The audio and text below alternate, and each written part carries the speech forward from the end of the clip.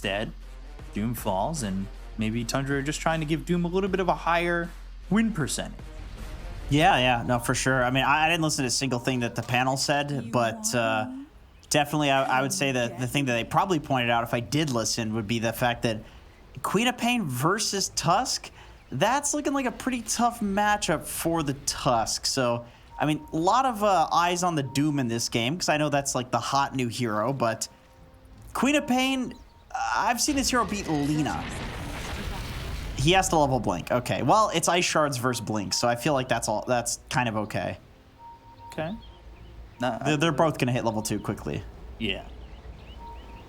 It'll be interesting to see how the Queen of Pain builds, what this Tusk can do, because we've seen a bit of mid-Tusk in China as well, kind of all over the place. It definitely is a hero that gets that early bit of damage. You get that level 6, and you start helping to get some early kills, but as the game goes on, you really don't farm that well, and feels like that hero kind of falls off quite a bit. Shackle's out onto the CK. They've got 3 heroes around, but the Nether Blast also hitting onto 3. The shards are out. RMN ends up being first blood.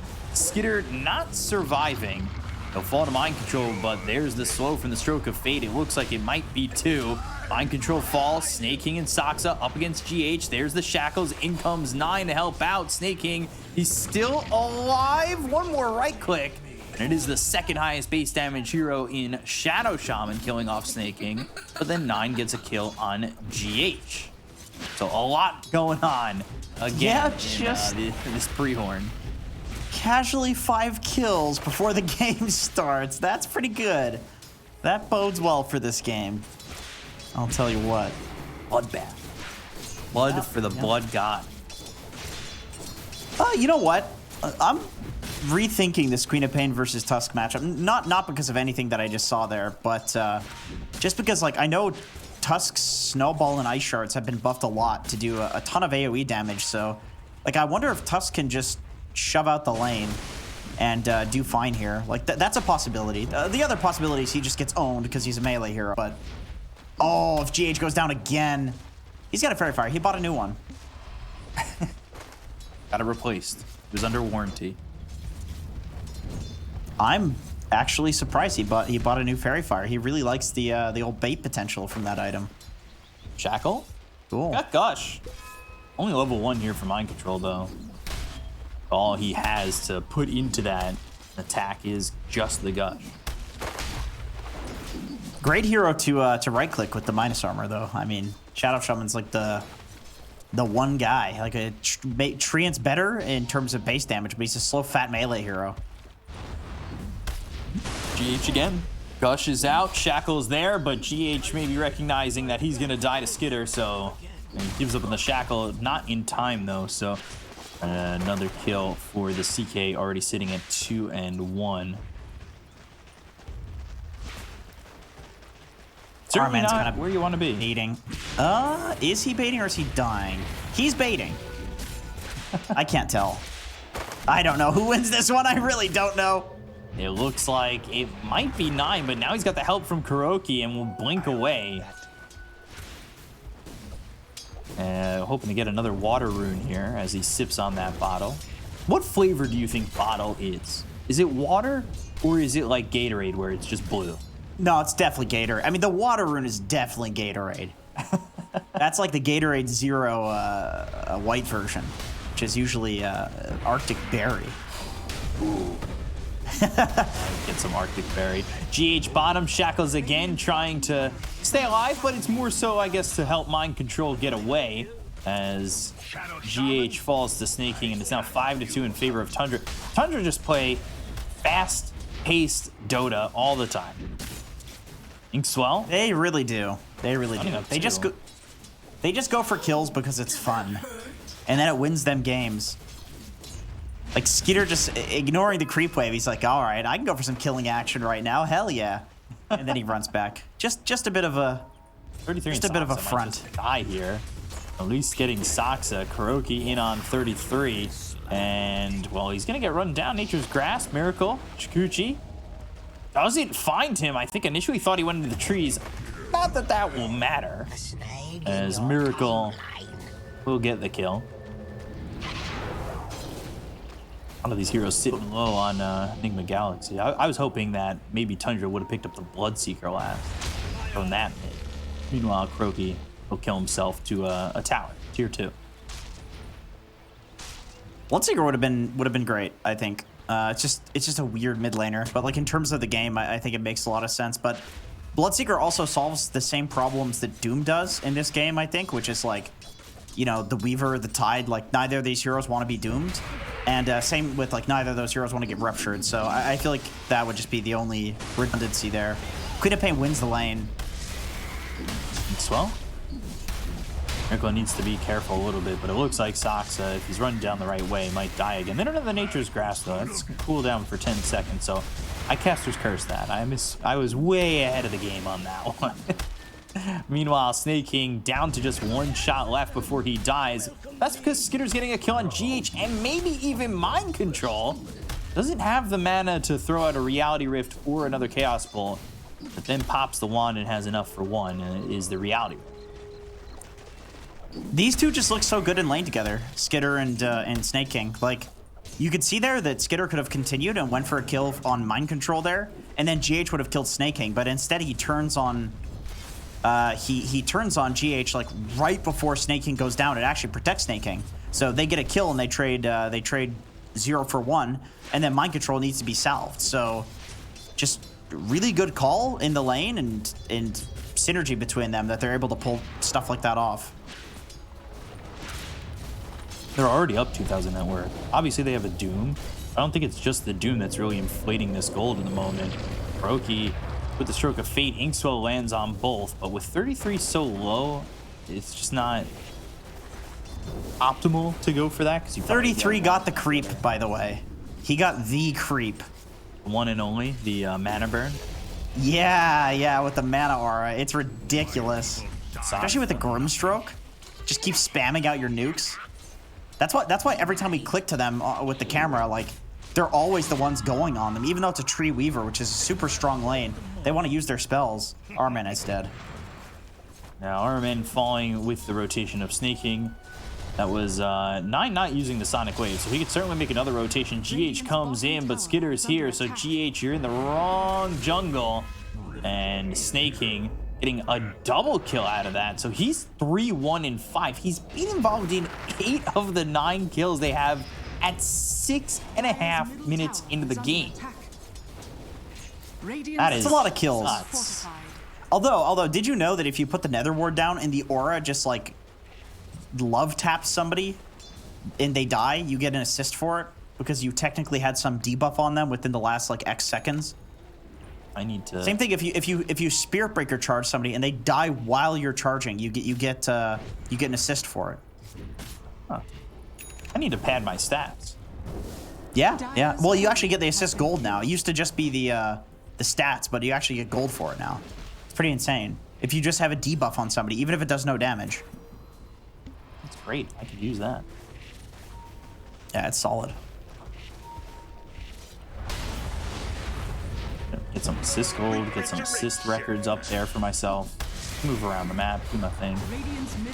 GH is I think it's a big reason. Ooh, socks. Oh, there's the Doom. And Doom out of the Weaver. Inkswell lands on both of them. Might be able to get a kill here out onto the Weaver, running down, hoping they don't get the deny, and they won't. Mind Control also dies bottom. Even with GH's help, they'll lose the Weaver.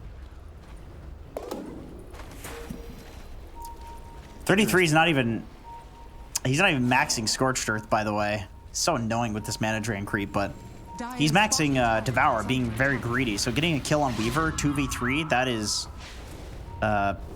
nothing less than ideal for him. Also, Devour again. He's got Scorched Earth if he wants to use it. Might be just waiting to hit that level 7 and then have the level 3 in the Scorched Earth so he can just take this stack.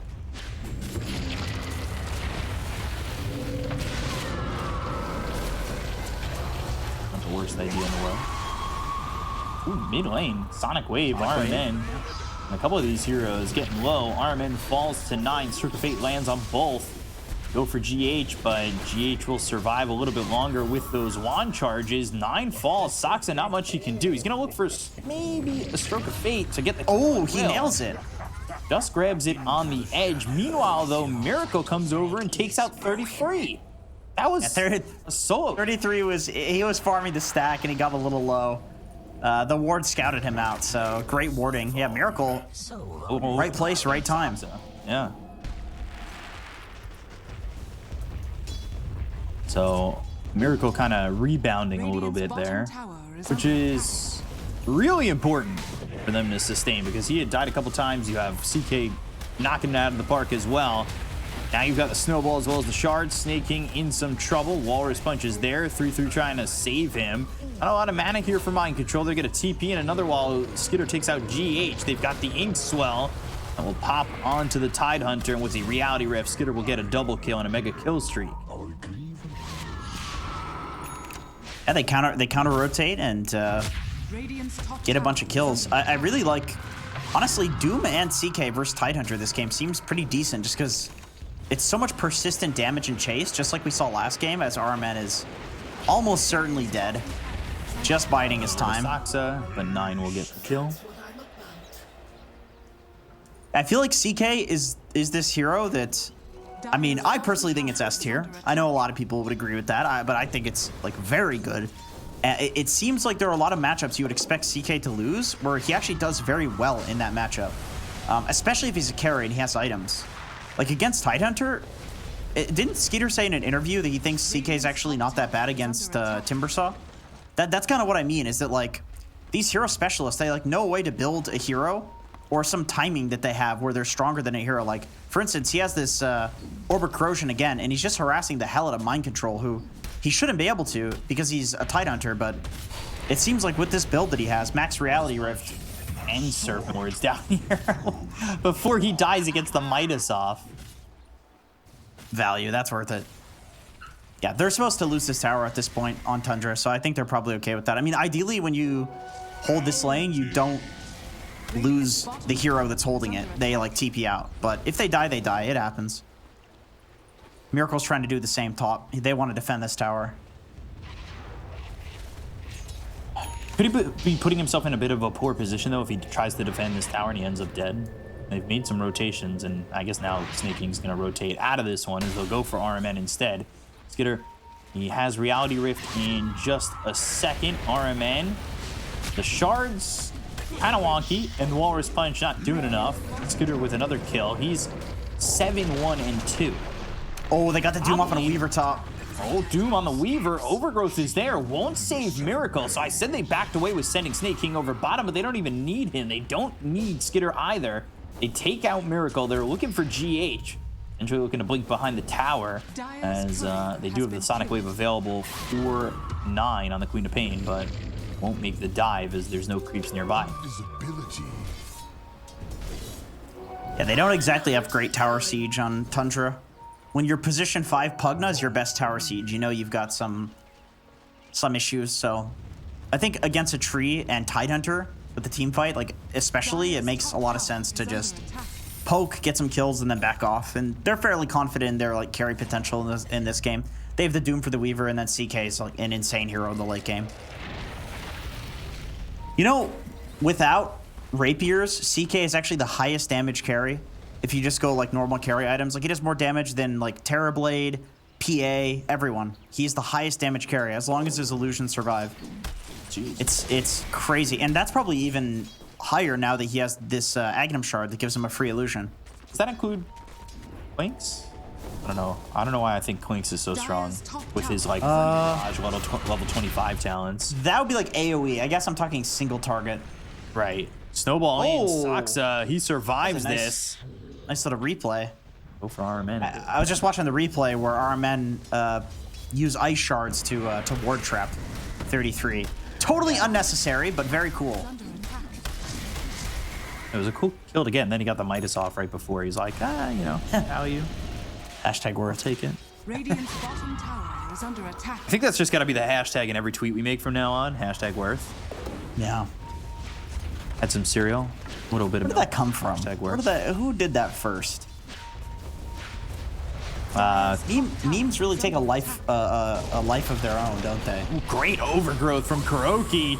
And they should be able to follow this up with a Ravage right afterwards if they even need it. They get the kill on a Kuroki. Mind Control not popping the Ravage just yet. They get the kill on a Snake King. They'll gush up Saksa. He'll try to TP. No chance.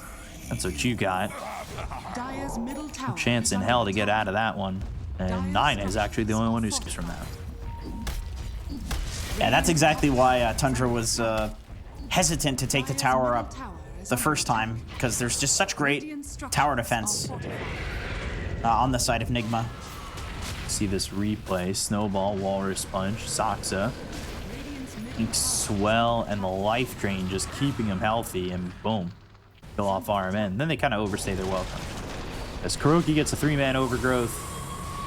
Life Drain onto him, and they will eventually get the kill with Sonic Wave. They soulbound as well, but it's just so much going on there that makes that very difficult for them to stay and take that fight. If they had maybe had Skitter and 3-3, I think they could just doom the Tide coming in and maybe turn that around. Yeah, maybe. Definitely worth turning if you have Skitter there, but otherwise, you know, little unsafe. And Nigma, they want to just push down mid with the Tidehunter. They feel like Mind Control is an unstoppable force at the moment with this Helm Dom. Does kind of have the head shape of the Juggernaut from the X-Men. Yeah, he does. Could be unstoppable. Yeah. He's got the cosplay for it. Also, I'm thinking the first person to say hashtag worth was probably Charlie Sheen? I was gonna go even further back, like Adam and Eve or something like that. Bit into the apple, hashtag worth. Might have been the devil actually puts the apple out there for Adam to bite, and then he's like, hashtag worth. I trade an apple for a life of sin for humans, you know? Yeah, very worth. That's awesome. Ink Swell, and that will land onto Mind Control, and now they go to the Reality Rift. They're bringing him in. They've got the Silence. They're trying to get the kill before he's able to get the Ravage off. The Overgrowth and the Ravage, but not enough follow-up damage. They've now blown 2 huge spells and lost 3 minuscule heroes. Minuscule to Tundra, that is, because Tundra, again, just shreds them. We saw the value of Phantom's Embrace versus the Tidehunter in that fight. The inability to purge it means he needs to slowly and pathetically just like right-click it down. So he gets the Ravage off right before he's about to die and just melts to the Pugna Ward. And without him alive, like, they're missing their frontliner. They're missing a hero that's doing 60% damage reduction with Anchor Smash. I mean, that's a lot of damage reduction to miss out on. Like, that's half the reason why Tide is so tanky. It's not the damn Kraken Shell. It's Anchor Smash. 60% damage reduction. That's high, dude. It's more than half. 10% more than half. Yeah, in my opinion, you're right. And he's dead again. So he will have this ability level 3 soon, which means it's going to take 3 hits to kill the bug. That's rough. It's funny how Grimstroke comes back into the meta like this. And it just looks so strong. I guess it's because, like, no matter what the meta is, you can kind of reinvent it by picking Grimstroke, because it's like, all right, now all of a sudden every hero that uses Inkswell is good, and every hero where you can duplicate their abilities is going to be good. Like Doom, for example, has a very low win rate in pro level pubs. I think it's the lowest win rate hero currently. It's like 37% or something. It's very bad. But in competitive, when you're comboing it with Grimstroke and playing around it, it makes a lot more sense. I would imagine the competitive win rate, because I know it was getting picked at the tail end of DPC there. The competitive win rate is probably pretty decent. Like nowhere near the pro level pub win rate, I would say. So that would seem to mean communication good, right? Communication is definitely good in a 5-player game. Yeah, so, you know, when I accidentally don't get an ability off, or I don't bring the salve to you immediately, don't just start being toxic, you know, communication wins games. Makes heroes stronger, as proven by Grimstroke. Imagine in chess if, like, you sacrifice a pawn and some other pawn just, like, throws itself into the enemy team because they're, like, pissed off that you sacrificed its friend. The king just... GG, go end. GG, go end mid. King puts himself in a checkmate. 3-3 in some trouble. BKB goes and throws the Doom onto Kuroki. They'll throw a 3-second stun Chaos Bolt out there, and they're going to try and take this fight. They want to go for it. They get the kill to Kuroki, but they'll end up losing 9, who is well too deep. Pat was by himself, and the rest of his team's just not there in time. Smoke coming over, and Mind Control, Phantom's Embrace once again. They go to the Soulbind, 2-second stun with the Reality Rift. The damage from Skitter. It's going to be Mind Control and RMN going down, and the silence is still on a Miracle. They have the Sentry. They're trying to stick with him. Ink Swell, and there's the time lapse. Jukes him a little bit, but still under the tower. Stroke of Fate lands, slowing up Miracle, and now he goes back into the Shikuchi, but they've got the Dust. GH is nearby, not with a lot of health, but there to try and help if he can. Yeah, Tundra's just making Grimstroke look amazing. He's looking insanely solid. 9 blinks in there and kind of overplays his hand a bit. 33 getting caught out. I think that's the sort of thing that happens, and they clearly wanted to get some sort of follow-up to that for his death. And then 9 blinks in. He doesn't have a team supporting him, but they still are able to turn it around with that smoke and hiding in the trees. Starts the like shackle. This death is, you know, that's going to happen. Like, he tries to get his spells off right before he dies. You see this happening a lot in pro games these days, where one of your heroes dies, but they press their spells right before they die, so you can take a fight and actually get some sort of trade, which is super common for Tundra too, by the way. Like, they've been doing this forever. They've always been the team that will go in 4v5 because they see that you've wasted spells, or in their mind, wasted spells. Unfortunately, they don't get Miracle here. Unfortunately for them. Good, great juking by Miracle. But it does mean Tundra gets Roshan as soon as the fight ends. There's just a DD right in front of Roche. They go snap it up real quick. Yep, classic. Classic DD outside of Roche. I'd love to be a DD rune. I feel like I'm everybody's friend when I'm a DD rune. Yeah, but then you'd be used for like 40 seconds and just done with, you know? Then nobody would be interested with you when you've overstayed your welcome. Well, it all began when I was 5. Feeling like that was a common occurrence. Miracle dusted, by the way. He's trying to run. And TP. Big grenade. Doom to stop the TP. And good luck getting out of this one now. Ink Swell. Right clicks aren't going to be strong enough from Miracle. And 3-3 will get the kill.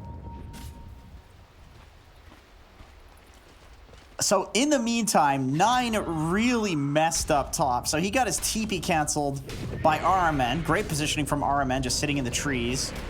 Mind Control. Does he die to this? The silence does a lot of damage. And the Soulbind, they kind of want to go back in. It was a Walrus punch out onto an Illusion. And Skitter now with the Reality Rift pulling in the Tusk. RMN ends up falling. These heroes are kind of falling at a pretty quick rate, and that could be a big problem. Reality Rift once again. GH, Mind Control, both fall. Double kill there for Skitter. Kuroki's got to hide. Otherwise, might just be a full team wipe. They're going to get at least the tier 2.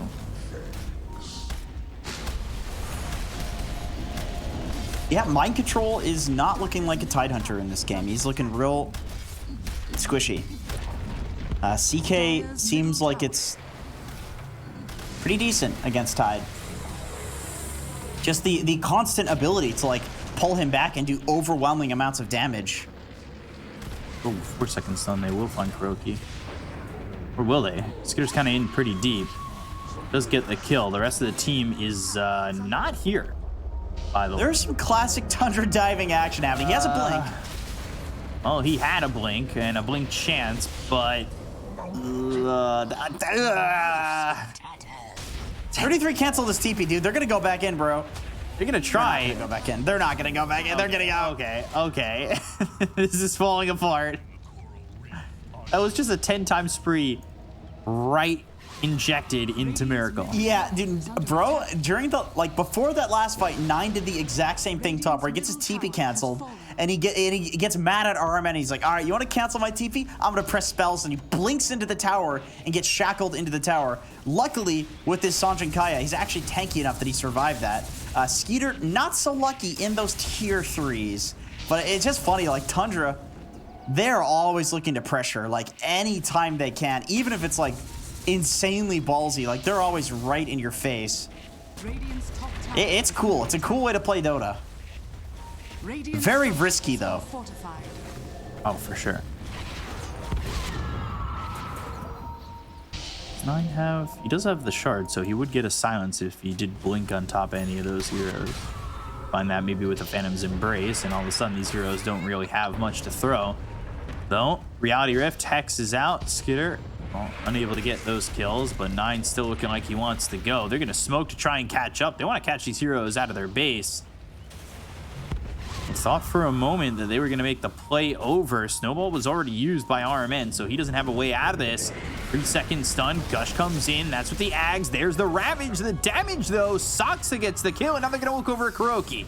3-3 on top of him with the BKB being popped by Skitter. They'll go for mind control. They'll try to find him and get him out of the fog and pulled back into the hands of this CK.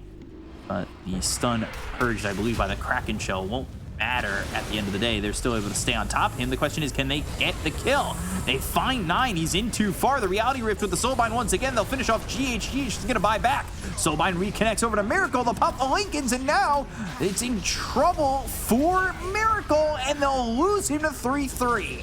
Skitter does end up dying. They've got the shackles onto the Doom again, but the Inkswell pops on top of GH, who just bought back. Nether Blast, Snake King, he gets credit for a kill. They're thinking about going for Kuroki, but he's under the tier 4s and maybe safe for the moment. Arman's going for it, dude. This is his time to shine, baby. He's Shine. possibly dead. He's fine, he's fine, he's fine. Okay. I like that both teams are, like, unwilling to give up any ground. Like, that's awesome. Silence, Inkswell doesn't land. Snake King kind of in the middle of both these heroes. Goes to the life drain. There's the Walrus Punch. Snowball again, and this time, well, Snake King bit off more than he could chew. Inkswell pops, and there's the TP. Bye-bye. Imagine an ink-swelled Pugna running at you. You're just like, okay, I guess I'll take a Pugna. All right, juicy Pugna. Delectable. Arman finally has his BKB. Look at this. Look how far Yeah. 9 is. 9 a little too deep, but it does give Skeeter the ability to go in. And I like that in that fight, 33 does not Doom. He holds the Doom. He could have gone for the double Doom, but he realized that both of those heroes were going to die anyway, so he saves it. And that gives them the ability to kill Miracle. And then Nigma, the two supports, actually end up almost carrying that fight and bringing it back.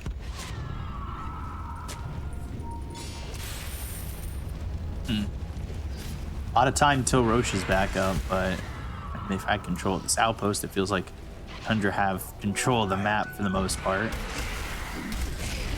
They haven't taken these towers, though. Like, they're diving. They're at the high ground in the bottom lane. I don't know if you could see this or if they don't see this, but there's two bottom towers tier down 1. there. Yeah, I do see that there with my eyes. They don't seem to give a shit, though, which I think is fun. So going back to take the tower is a waste of time. That gives Nigma the ability to leave their base and farm the triangle, which Tundra clearly does not want to allow. They don't want to take the base. They want Nigma to tap out and call GG without taking these towers. They do. I just lag. Are you lagging too? I'm lagging. I'm okay for now. Hope we don't have an epic crash. Oh, don't say that. Oh, Arman BKB'd. Put that into the... Maybe he was lagging. Maybe? Radiant's No, bottom There was tower nobody is there under from the attack. side of the Radiant. That was odd. There wasn't. Dire's No, top there tower wasn't. is under attack. I'm in smoke once again. What can they find? Radiant's bottom tower is under attack. TP back. I hate that the troll creep is so good that two heroes on Tundra had to TV back because they realize the strength of this thing. Like, they know that it's going to rax them if they don't TP back and kill it. Dire's And that's off a 5-man smoke. 33 is still camping this ward top, though. Like, he's confident that he can survive long enough that his team can get to him. He doesn't want to give up the vision, which I think is a correct play. I mean, Roshan is the next play for both teams. 3 minutes. The full 3. Yeah. I'm always looking for the 5 seconds. Or the instant spawn. It's been a long time since I've seen that. It always seems to happen when there's an Ursa on the enemy team. Like, you're in the game and the Ursa's on the enemy team. And he's just this idiot that keeps walking into Roche, and because your team is a pub team and obviously very chaotic, nobody bothers to check and he just gets a free Roche. Like, that hero's win rate in pubs is buffed by like 5% because nobody checks Roche. In competitive, you have more like this. Just 5 heroes standing around, literally just waiting for 3 minutes while it's respawning. That's how important this big guy is. Moving in. 3-3 watching, Miracle, spectating the mid lane, thinking about maybe making a move. Meanwhile, look at where Nigma's playing. They've been playing on the other side of the river the entire time. Or, well, not the entire time, for the last like 5 or 7 minutes or so. I like that. They're at a deficit, so, you know, why not make Tundra play into their vision? The problem here, and this is exactly why they're smoking out of that area, is that Roshan is respawning. They don't know, like we do, that it's a 3-minute spawn. So they probably think that it's just being taken right now. Because, you know, statistically speaking, it should be up right now. So they're gonna walk in and check. Yep, it's not up. It's a 3-minute spawn there, boys. Ugh. 3-minute spawn, another smoke. Feels like there's unlimited smoke. Yeah, both teams are just kind of holding vision. So they're not... I think that should be the last smoke from both teams, though, because I do agree. Like, there has been a lot chaining in a row. And they're not doing anything with it, but that's also something you spoke on. Not forcing that. You don't have to. Yeah. I think It's like... position is fine. It's boring to watch, but if you watch a lot of Tier 2 Dota, you'll notice that basically every smoke connects, like whether it's good or bad.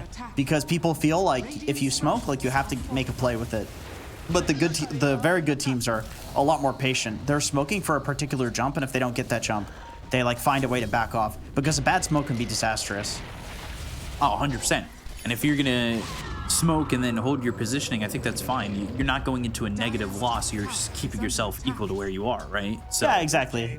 And if you're smoking for an objective that's not just kills, then oftentimes when you don't get the kill, 100% of the time you get that objective, and so there's some value to it, like smoking with wards and to get a kill. It's like, sure, you don't get the kill, but you get some wards down. Ooh, Servant Ward's committed down bottom. And now they want to make Tundra return, and this is kind of having something to do with the fact that, you know, Tundra, despite the fact that they are up 12,000 net worth and they are up 19 kills, well, they haven't taken the towers. They haven't taken the objectives. They haven't broken the high ground. Soon, Nigma are going to be the first team to do it. Yeah, that is the problem with having a CK carry as your best sieger at this point. Oh, nice dodge from RMN. That is CK ulti down for 75 seconds. Although Roche is up, so it's not like it's a waste. Not yet. And they're going to send in the Cobalt Foreman, leader of the Talon Cabal, going in and checking on the Roche. I like this idea, though. They're waiting for the ult to time out, and then they're going to go in. They trust that Roche won't die quick enough with the CK ulti, because he really is the only Roche-taking hero they have. Off that, though, they bail on Roche, and they kind of want to make the wraparound play if they can. Yeah, Tundra, they make the prediction that that was what the Nigma would do, which is another really good call.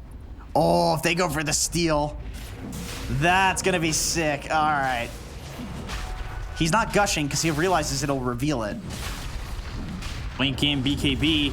Now they're going to move forward. They're going to try and get this kill to RMN. They'll take him out with the Sonic Wave. They'll go after Mind Control. There's the Overgrowth. They have the Hex onto Snake King. There's the Refresher. 33 trying to get something out of this one. GH smacked down by Skitter. Kuroki killed off by 3-3. They've doomed up this Tide.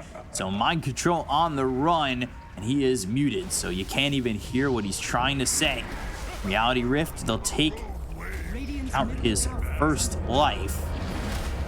And it looks like Mind Control is going to fall a second time.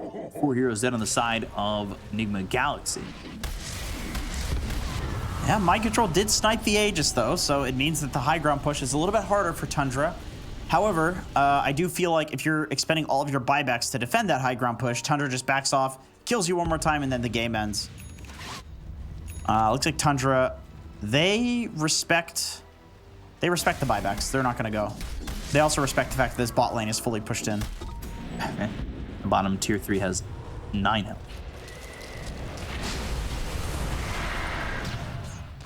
I'm going to try and keep it that way in honor of 9. Yeah, that's fair. That's fair and reasonable. I love when the towers have so little HP that you can't even see like a tick of the HP bar. Then it kind of looks like it's full HP, but darker. Colorblind awesome. mode. Yeah, yeah.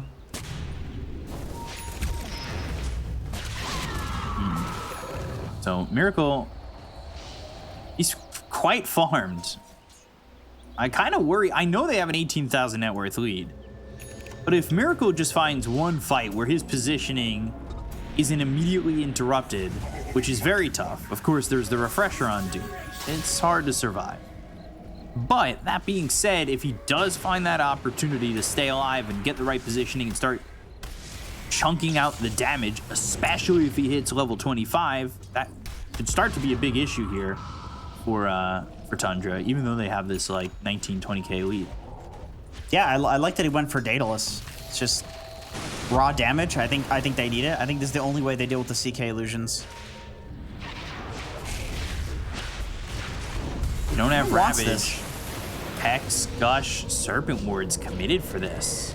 He has Eon Disc. I mean, they know they can't kill him. Like, they clicked his inventory when they went on him, and they saw, like, this is a bad go. He was showing there for a reason. Although 33 wants his refresher to be up for this fight. Ooh, just kind of standing still. 33 will get his and his pop, they'll snowball BKB. Now the Ravage is up, and now 33 is gone. No buyback. Sonic Wave comes through and hits on 2, but they've got the Overgrowth to follow it up. The damage being done to Mind Control. He's going to be out of this fight real quickly. So will RMN. But they have buybacks on both of them, where Tundra don't. They do finally have the buyback coming back up for the Grimstroke. The BKB pop by Miracle, who go to the time-lapse and back out of the fight for a second. The bugs land on Skitter. Miracle right-clicking in. Ultra kill for 9. He's on the other side of this fight, getting the kill into GH, and maybe looking to go back in. The TP out from Skitter. The snowball. Oh, boy. With like 5 health is able to TP out. They caught 9. They caught 9. Just got an Ultra kill. Now he wants to leave. They have Hex. Oh, so close. Radiant's top tower Just has needed fallen. vision.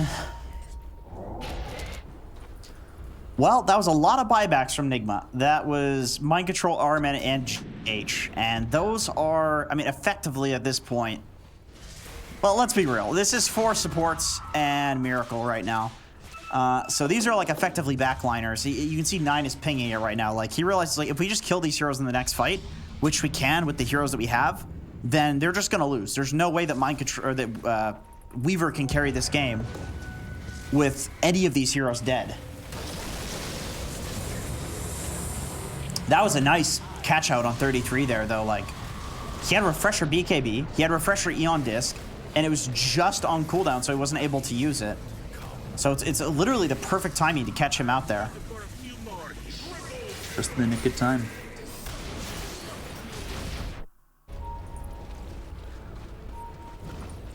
Honestly, really well done. I like this constant pressure bot by Nigma. This is making it really hard for Tundra to finish the game. Making it really hard for them to feel comfortable pushing. They've lost the tier 3, so the racks are exposed. Oh, Blink, War Stomp, but there's the Hex, 3-3 again. Kind of gets baited into this one. They've got the Shackle, the BKB, there's the Refresher, double A on disc, trying to TP out. Is able to do so, and now the right clicks in from Skitter. RMN, he bought back in the last fight, so he is not available for 96 seconds. Mind Control going for the TP. Will be successful in doing so, and so will GH. Okay, so you're just losing RMN and you're getting a Doom, Refresher, and Eon Disc. I think you're okay with that because now there's 120 seconds where 33 can be bursted, and we saw what happened in the last fight when 33 got bursted. It was like the only fight that resembled a decent fight for Nigma. So that's what they're hoping for. Although Tundra still won the last one, but they almost got Skeeter. Like, he was legit like less than 5% HP. So the next one still could go pretty well for Nigma if they're if they catch out 33 again.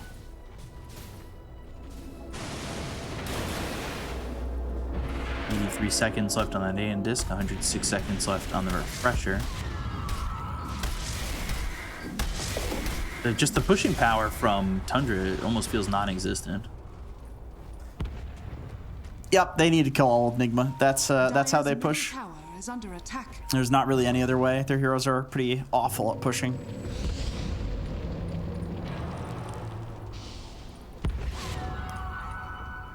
Dire's middle tower is under 5,000 net worth lead, looking for the right fight. Dire's And I courier believe Kuroki just X'd out where Tundra are. He is right. Might know exactly where they're coming from. And 339 moving up forward. They're in the trees. They're trying to hide. GH goes the other way and would have been blinked right on top of. This team is trying to scatter. GH behind the trees is able to TP out. Oh, they see Kuro. Oh, GH. I mean, there's no way this TP gets stopped, right? No, it's a 0.1, and there's nothing to interrupt. I'm more worried about Kuro, who's been paused on. Uh-oh. Who's scouted in the trees. That's the real issue here. I'm in danger. He has blink and CK does not. He doesn't seem to know that he's seen. Now he knows. Now he definitely knows. Guys, they have vision. It's like, oh, that makes sense.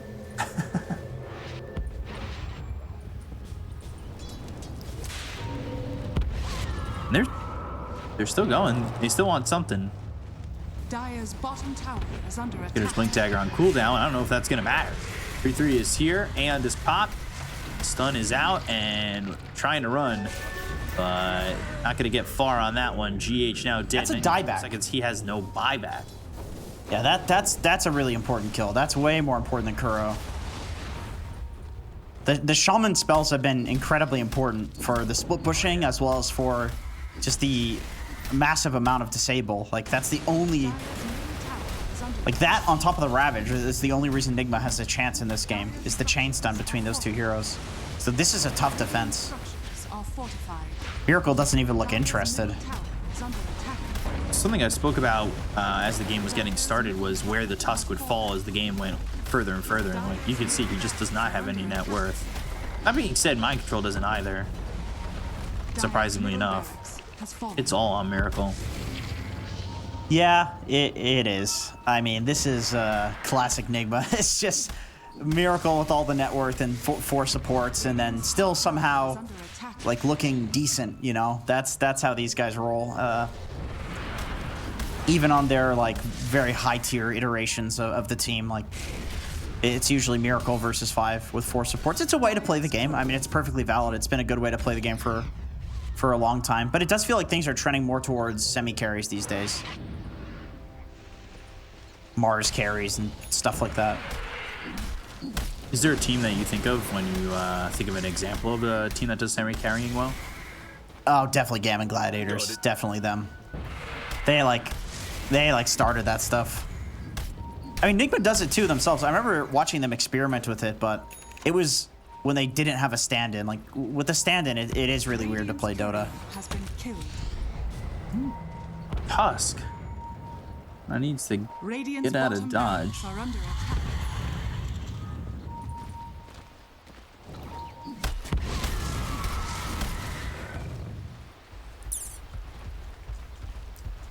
I feel like 9 could get a sheep stick next and deal with the mouse gameplay and the little cat and mouse that Nigma's playing right now. Like, I feel like they just need to disable people. Just catch them out. Like team fights, if they get into a fight, they win on Tundra. But it's this split pushing that's the bigger pain. Back to that Cat and Mouse and Acme collaboration. Yeah, it's a classic.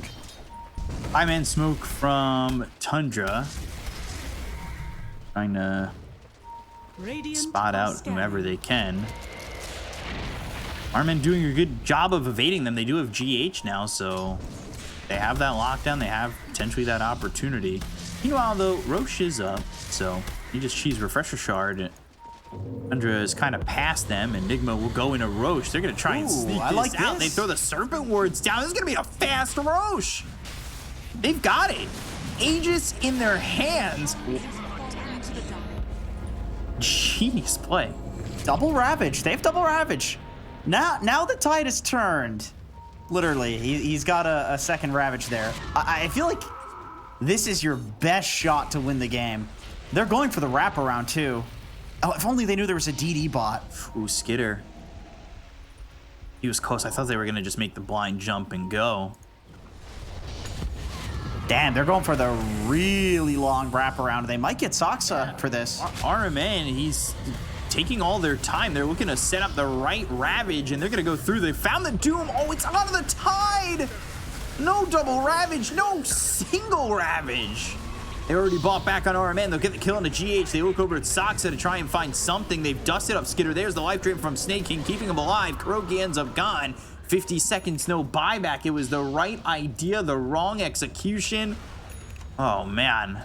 Now the Doom is worn out. So you still have the double Ravage. You've got Cheese. Tide goes in. Ravage is out, but it's not amazing. The right clicks are coming from Skitter, and he is starting to rip through RMN. RMN dead for 110 seconds. They'll take the Aegis out of the hands of Miracle. They throw another Doom out onto the Tide, who just wants to ravage a team. Let the man ravage. They will go for more. They've got a 2-second stun. The Sonic Wave is used behind the team. They'll get the Ravage out finally, but it is mind control alive. He just wants Snake King. Give the man a kill. Give him some consolation prize. Tundra giving them nothing. They've cleaned up the entire side of Nigma, and it looks like they're going to take this series 2-0 in sweeping fashion. Hell yeah, one last ditch effort. Calls GG immediately afterwards. I mean, you can see what makes Nigma a top tier team when they feel like it. You know what I mean? Right. Obviously, they've got a stand-in. They've had some roster issues. There's some seasons where they don't perform so well in DPC, but they seem to consistently do very well in LAN. They seem to consistently always be able to take games off of a team, just like we saw in the previous series with them, knocking out Gamma Gladiators. Like, you can see what makes them a strong team. However, Tundra had the answers. The way that they executed team fights was flawless. Their aggression was, I can't really say anything other than it just looked like a pain in the ass to deal with. You have Skeeter diving your tier 4s. It's like, what the hell do we do with this guy? What do we do? It's all of them. It's not just one of them. It's like they all have agreed on this level of aggression that no other team has. And what a pain in the ass. It's really tough to deal with, right? Like, Tundra's just constant pressure. It feels like Nigma at times were coming back. Like you said, I think results are unfortunate recently, but this team still looks good. Like, there's still so many positives you can take away from this team. But at the same time, Tundra just overwhelm you and shut you down, and there's nothing that you can really get over. Overwhelm is a great word. That is how it feels to play against it, I'm sure. It just like, what are these guys doing? Oh, we're dead. I see. How do we get out of this? We're stuck in the Tundra's web as they lock us down and cover us in more silk. Like, it really is just so ridiculous from Tundra, and they get this 2-0 that really looked easy for them. Maybe not the pushing part, but everything other than that looked pretty simple. And they take the 2-0 and they go to the grand final. They've booked their ticket. So, well, we'll see what the panel has to say. We'll go to a quick break, bring it back to the panel.